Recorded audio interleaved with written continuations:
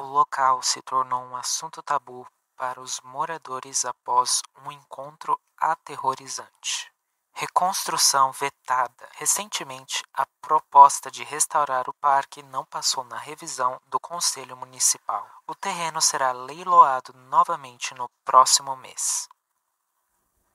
Uma vez, o parque já fez bastante sucesso. Foi um lugar de grandes atrações e diversões, que atraía uma enorme quantidade de visitantes. Organizado por Conde Barrier, o parque era cercado por enormes muralhas. No centro havia um rio e também uma montanha-russa que atravessava o parque inteiro. O lugar é um retângulo perfeitamente simétrico, ao contrário de alguns outros mapas que podem apresentar irregularidades. Na inauguração do grande parque de diversões, o brinquedo da montanha-russa atraiu muitas pessoas a visitar o local. Com isso, Conde decidiu colocar alguns carrosséis e também uma casa de diversões que ficavam próximas ao rio, além de assinar um contrato com um circo, que tem o nome de Hula Baloo. O circo em questão trazia artistas e atores, porém as maiores atrações eram as aberrações. Muitos turistas e pessoas de cidades distantes viajavam para conhecer o parque de diversões. Toda essa popularidade deu muito dinheiro ao Conde Barrier. Então, com sua ganância, ele decidiu que iria deixar o parque de diversões aberto durante as noites, já que nem mesmo os preços altos dos ingressos impediram os visitantes de frequentarem o lugar, além de que rapidamente todos eles se esgotavam. O evento era o assunto do ano, muito falado em toda a cidade. Porém, um dia algo inesperado que mudaria a história daquele lugar para sempre aconteceu. Ao anoitecer, um louco com um traje de palhaço apareceu ali durante um evento. Ele segurava uma serra elétrica com suas mãos, causando pânico e completo desespero nos visitantes. Todos tentavam escapar dele, porém não havia saída para sua sobrevivência, já que os portões estavam fechados e os muros que o cercavam eram tão altos que seria impossível subir para sair dali. A única sobrevivente saltou no rio e fugiu na correnteza que atravessava os muros. Depois desse incidente, o assunto se espalhou e então as pessoas começaram a ter medo de visitar o parque de diversões. Algum tempo se passou e todos não falavam mais sobre esse lugar, fazendo os donos fecharem as portas. Um mito, ou podemos chamar também de uma lenda, já que não se sabe se é verdade ou não, diz que o nome do parque de diversões não poderia ser dito por ninguém que morava nas redondezas, e aqueles que o fizesse iriam passar a ouvir vozes de pessoas gritando e pedindo por ajuda, até enlouquecerem.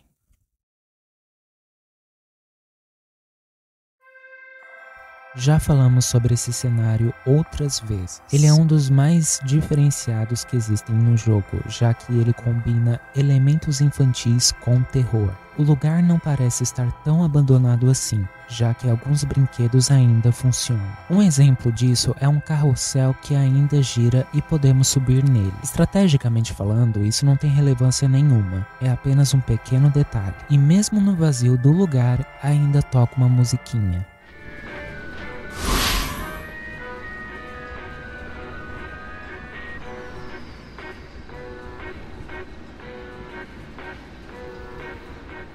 Do outro lado do rio existe um outro carrossel, só que ele está totalmente destruído e não funciona mais. No extremo norte-oeste do mapa existe uma tenda que é o tão famoso circo Hula Baloo. Existe um capítulo do modo história sobre o tema, só que mais uma vez, não irei me aprofundar nisso porque eu posso fazer um vídeo só sobre o modo história, narrando o que aconteceu. Mas, voltando, as luzes ainda piscam e existe também enormes balões ali em cima que se assemelham ao Joker, personagem que possui uma forte ligação com o circo. Do lado de fora existe uma jaula com um leão dormindo tranquilamente ali dentro. Em uma placa, a palavra perigo está escrita. Ao entrarmos na tenda, podemos ouvir vozes de crianças rindo.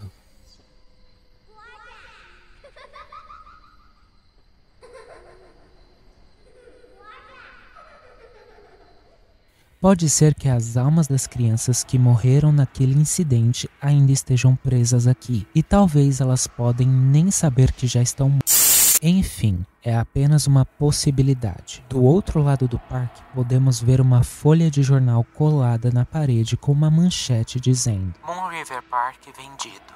E embaixo, o irmão mais novo assumiu o parque após a morte acidental de Burgard Morton. Infelizmente, as colunas da notícia estão ilegíveis. Ali perto existe uma casa de diversões. Em cima, na entrada de trás, existe um grande fantoche que é surpreendentemente semelhante à skin Mr. Puppet de Hellhammer. Em um muro, existe uma carta de baralho colada que tem o Joker com a sua skin de classe S intitulada King. Na frente da casa de diversões, mais menções ao Hellhammer são feitas. Ele está como Hunter, só que o mais interessante é o fato de haver uma foice ali, que era o que ele usava para ferir os sobreviventes durante a versão beta.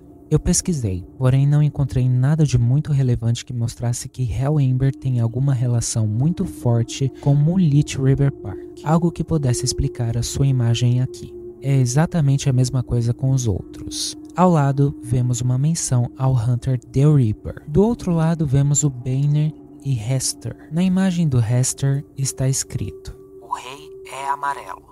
Ao entrarmos, nós vemos apenas bancos e mais imagens dos Hunters que vimos lá fora, e escadas que nos levam a um segundo andar, que não tem absolutamente nada dentro dele. Existe um armário no centro e possivelmente haverá uma Cypher Machine também. Este é o único armário usável dos mapas que tem uma aparência diferente.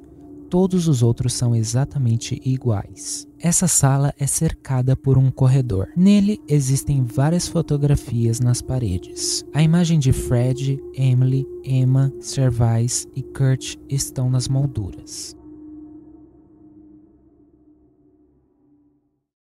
Apesar de nenhuma peça de ouro ter sido encontrada, o Conde Barrier ainda conseguiu o que queria com esta terra. Surgiram rumores falsos em torno da descoberta de minérios de metais preciosos em uma caverna de mineração suburbana. Esta caverna tem sido abandonada há muito tempo, e sua estrutura tem continuamente sido deteriorada depois do último acidente da mineração. Por favor, não arrisque a sua vida descendo lá embaixo.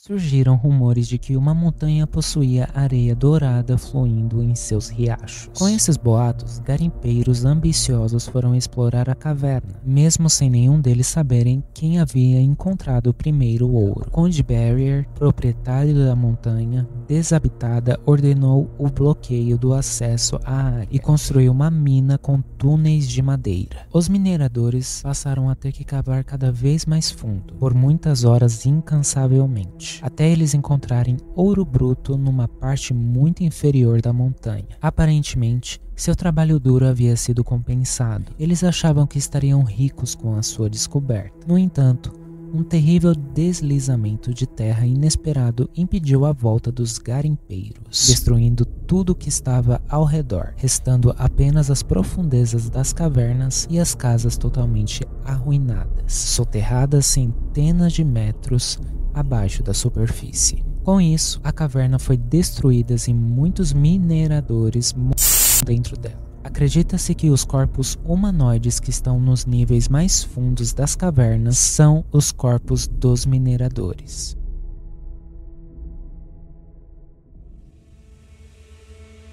Estamos aqui no mapa da caverna.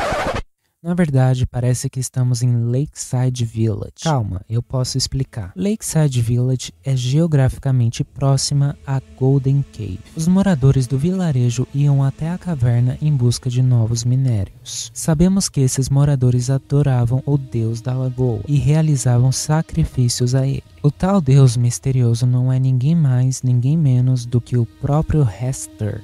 Durante as investigações do incidente, um grande livro de registros de desejos foi encontrado. O livro está envelhecido, suas páginas estavam gravemente desgastadas. São escritos vários desejos de pessoas diferentes ali, porém, um chama bastante atenção.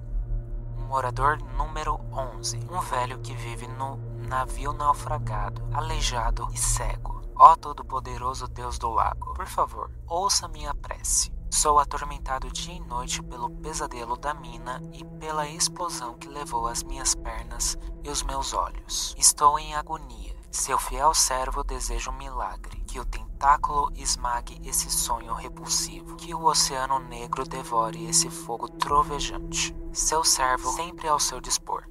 Um outro forte sinal dessa conexão entre os dois cenários é um dos portões de saída de Lakeside Village. Ao abrirmos o portão de saída, vemos que ele nos leva a uma área subterrânea. Um dos caminhos desta mina eventualmente nos levará à caverna. Essa é a parte inferior da caverna. Este lugar é extremamente confuso. Ele tem 3 níveis. No primeiro, estamos na superfície. Existem apenas várias cabanas com caixotes com barras de ouro dentro. Em Golden Cave, o som ambiente é bem diferente.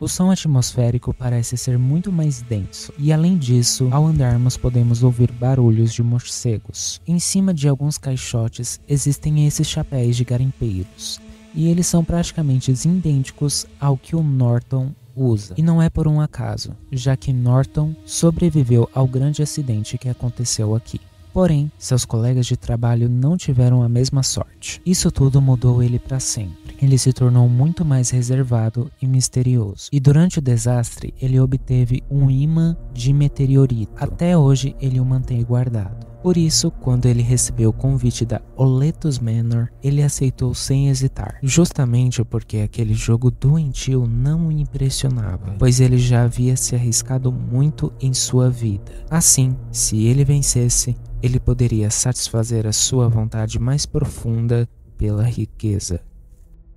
Em Golden Cave existe vários diferenciais para a estratégia. No cenário existem alguns carrinhos que podem ser usados para ganhar distância do Hunter, e também alguns escaladores e um elevador que pode ser usado para nos levar para baixo.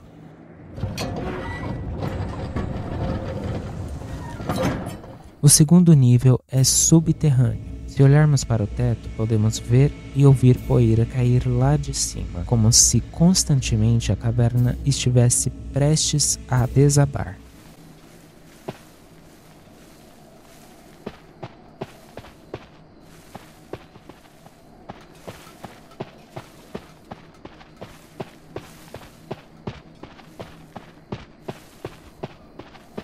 Ao seguir o caminho dos trilhos, nos deparamos com uma coisa muito peculiar. Em um enorme buraco na parede, vemos um olho verde gigante.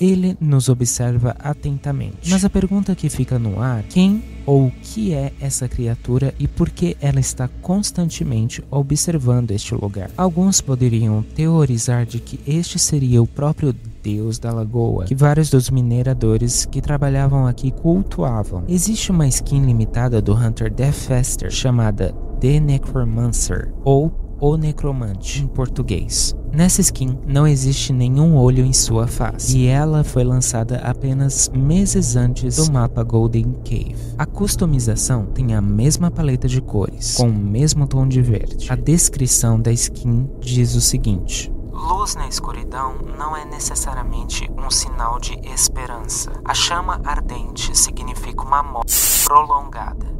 Cavernas são lugares conhecidos por sua escuridão, e a luz nesse caso não é algo bom, mas sim um sinal de perigo. Lembre-se de que aconteceu um grande acidente aqui dentro. Além disso, a palavra necromante significa a prática da necromancia, que envolve a comunicação com os mortos. Ela pode ser feita por evocação de espíritos ou pela materialização dos mortos. Há alguns anos atrás, haviam vários espectros exatamente aqui. Eles foram removidos mais tarde, mas eles eram corpos secos que ficavam vagando na escuridão da caverna.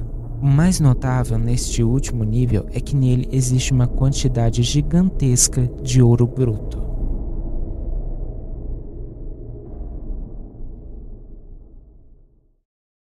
A floresta foi destruída em um incêndio infernal.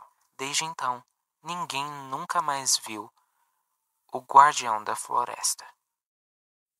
Essa era uma floresta privada que cercava a Oletos Manor. Já houve um grande problema com a caça ilegal no local, e um dia aconteceu uma tragédia na vida de Bane, que trabalhava ali. Depois do ocorrido, o lugar ficou conhecido como Floresta do Não Retorno. Mas que tipo de tragédia aconteceu com Bane? Ele era um patrulheiro que considerava a floresta ao redor de Oletos Manor o seu lar. Ele cuidava de um alce que se chamava Black Nose, ou Nariz Preto em português. Ele o via como um filho e o escondia dos caçadores. Em um dia de distração, Bane havia saído e vários jovens realizaram um massacre contra os animais do local. Quando Bane retorna, os jovens decidem fazer uma brincadeira um tanto doentia contra ele. Eles chamaram a tal brincadeira de Criando um Minotauro, que envolvia colocar a cabeça de seu alce sobre a sua. Ele foi deixado ali para morrer, mas os seus cães o arrastaram para a mansão. Isso tudo o enlouqueceu. Bane, resgatado, não pretendia separar a cabeça de seu alce da sua. Ele alegava ser um minotauro, e qualquer um que pisasse em sua floresta iria ter que se ver com ele.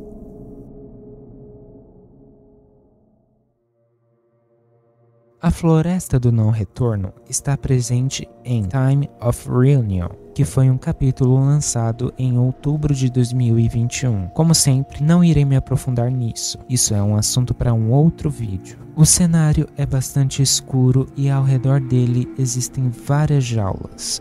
Algumas estão penduradas e as outras estão no chão. Em uma delas, um cão bastante agressivo está preso. Ele late e uiva de maneira solitária.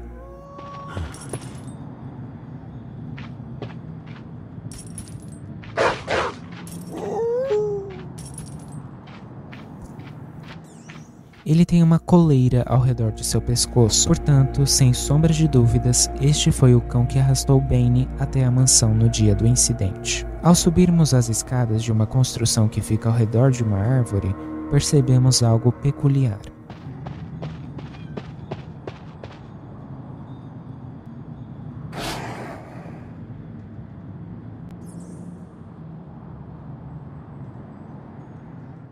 O gato mia e rosna e se sente ameaçado. Está escrito: "Não olhe para mim" na folha.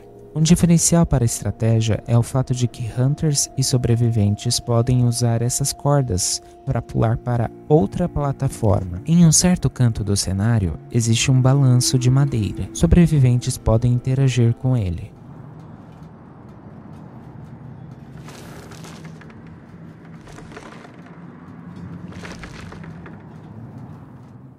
Há uma pequena casa de madeira nos fundos da floresta. Dentro tem uma lareira ainda acesa e ao lado uma cadeira.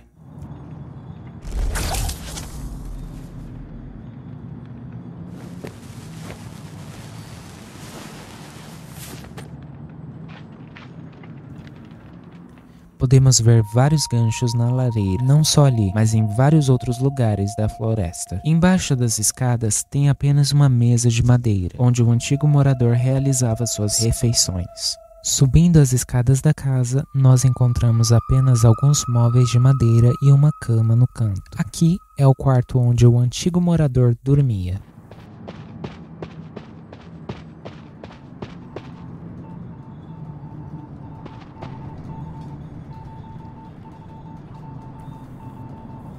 Os galhos secos e sem vida da floresta inteira são iluminados pela fraca e pálida luz da lua. É uma paisagem bastante desolada, porém ao mesmo tempo bonita de se ver.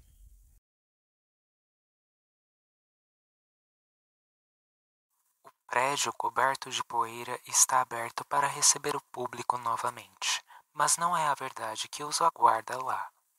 Devido à má administração e a uma série de escândalos humanitários, o White Sand Street Asylum foi fechado recentemente pelo governo. De acordo com a clínica da igreja, na semana passada, pelo menos 12 crianças no orfanato foram encontradas com vários graus de doença mental. O orfanato será transformado pela igreja em uma instituição mental infantil.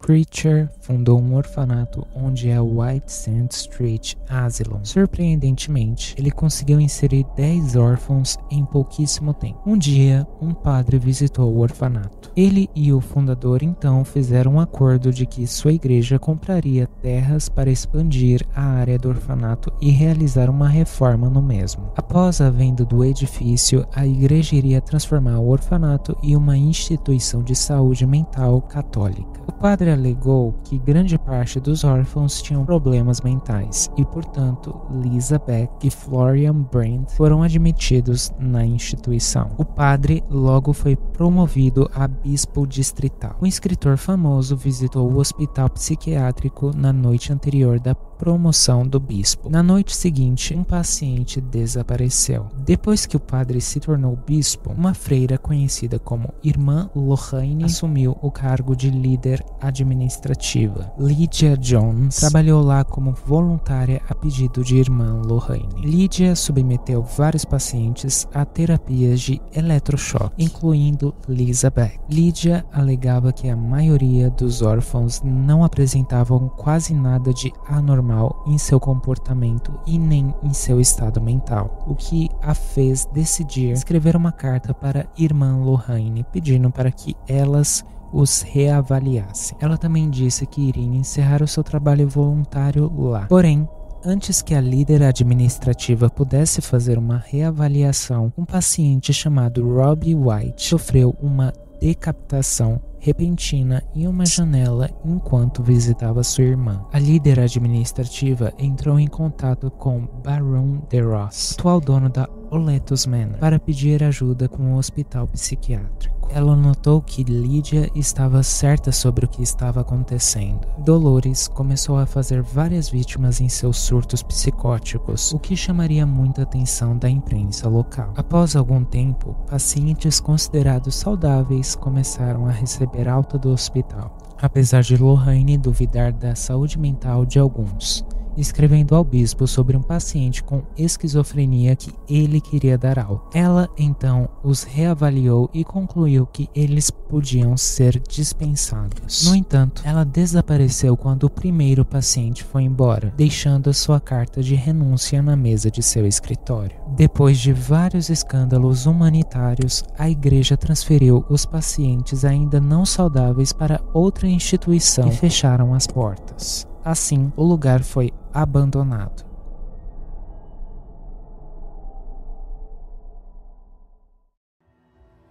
Este é o último mapa da nossa série. Eu estava muito ansioso para falar dele, mas eu preferi deixar ele por último. Este é o meu preferido de todos. É sem sombra de dúvidas o mais sombrio e o mais vasto de todos. Ele é o maior do jogo, possui enormes corredores, inúmeras salas e é o mais completo, o mais bem detalhado.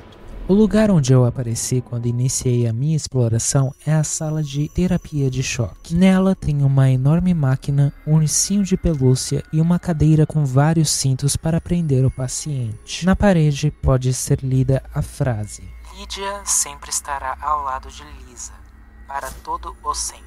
Lydia era o antigo nome da Doctor e Lisa o antigo nome da Gardener. Galatea esteve internada aqui e ela foi submetida a vários tratamentos desumanos. Galatea, uma escultora com nanismo, percebe que ficará para sempre presa em um corpo jovial e começa a sentir remorso, até que ela recebe um convite misterioso de um empresário rico para esculpir uma estátua em sua casa. Após retornar, ela demonstra um talento e inspiração extraordinários, mas a sua obsessão por esculturas cresce ao ponto de negligenciar a sua saúde e conversar com as estátuas como se elas fossem vivas. Ela chegou ao ponto de não comer nem beber por causa de sua obsessão pelas esculturas. Seu pai, em um momento de fúria, joga uma estátua da sacada e Galatea se atira da janela para tentar salvá-la, o que resultou em sua paralisia. Ela, em uma cadeira de rodas, foi considerada insana e acabou sendo internada em um sanatório, onde se isola e esculpe rostos idênticos ao seu repetidamente. Com o tempo, depois de submetê-la a diversos tratamentos de choque e outros métodos arcaicos e desumanos, o hospital resolve colocá-la no pátio remoto, sob os cuidados de uma única enfermeira. Certo dia, ambas desaparecem, e no quarto ensanguentado resta apenas uma obra-prima, o corpo esculpido de uma mulher madura com o rosto de Galatea. Nos corredores do pátio remoto, as palavras "me deixe sair" estão escritas na parede com ao lado do quarto número 12. Algumas outras frases ilegíveis estão escritas na parede. Os quartos são completamente vazios. Eles não têm absolutamente nada além de uma cama e algumas correntes. Dentro de um deles existe uma escultura de uma mulher sem sua cabeça e o seu braço está caído no chão. Existe um dormitório perto da ala isolada, com frases ilegíveis nas paredes. O que mais chama a atenção são essas 3 cadeiras de tratamento de choque enfileiradas. Um dos lugares que eu mais gosto é a capela. Nela existem bancos virados para um altar, onde tem uma bíblia em cima e uma cruz vermelha atrás. Ao lado tem um piano com um pequeno urso.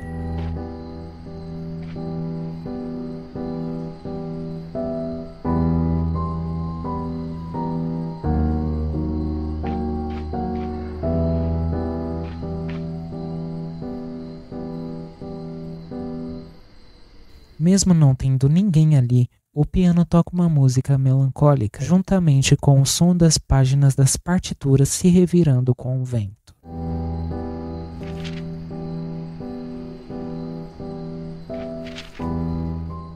Essa capela me faz sentir uma solidão absurda. É desconcertante o fato de um piano tocar uma música tão melancólica mesmo sem um pianista. Possivelmente haverá uma Cypher Machine aqui dentro, o que significa que algumas vezes vamos ter que passar bastante tempo nesse lugar solitário, ouvindo essa música tocar. Nos corredores existem diversos quadros nas paredes, e um deles me chamou bastante atenção. Como se trata de mais um cenário com uma presença religiosa muito forte, nós temos uma pintura de Jesus Cristo segurando um cajado em sua mão direita, pastoreando várias ovelhas ao seu redor.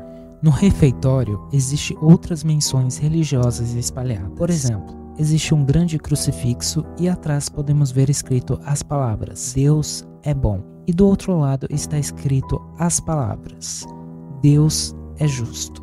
Um pequeno diferencial de White Sand Street Asylum é a existência de alguns monitores. Eles nos mostram a localidade das Cypher Machines, dos portões de saída, dos outros sobreviventes e também do Hunter. Isso pode ser muito útil na estratégia. Perto da sala de controle existe um boneco do The Reaper. Suas garras parecem muito maiores e ameaçadoras na sombra que ele projeta. Em um dos banheiros aparece uma figura bizarra em um dos espelhos.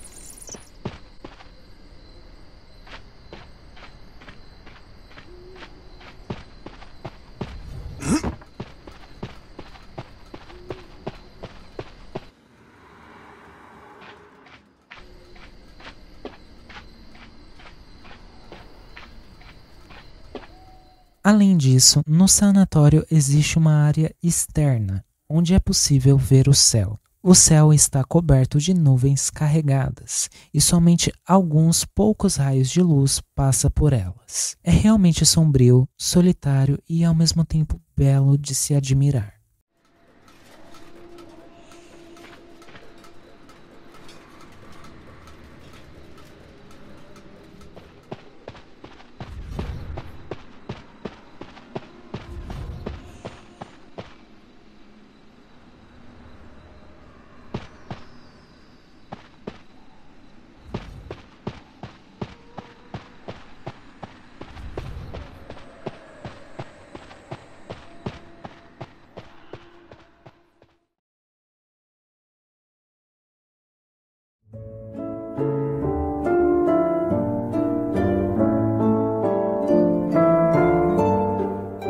Chegamos ao fim da série O Vazio dos Mapas do Identity V. Eu aprendi muito produzindo esses vídeos e descobri muita coisa explorando cada um deles. Eu não conhecia a história e conhecê-las acabou mudando a forma como eu enxergo eles. Uns acabaram me decepcionando, mas eu passei a gostar mais de outros, enquanto alguns que eu já gostava, agora eu gosto mais ainda. Todos eles são verdadeiras obras de arte. Algo que eu recomendo a todos é que vocês também os explorem e tentem contemplá-los.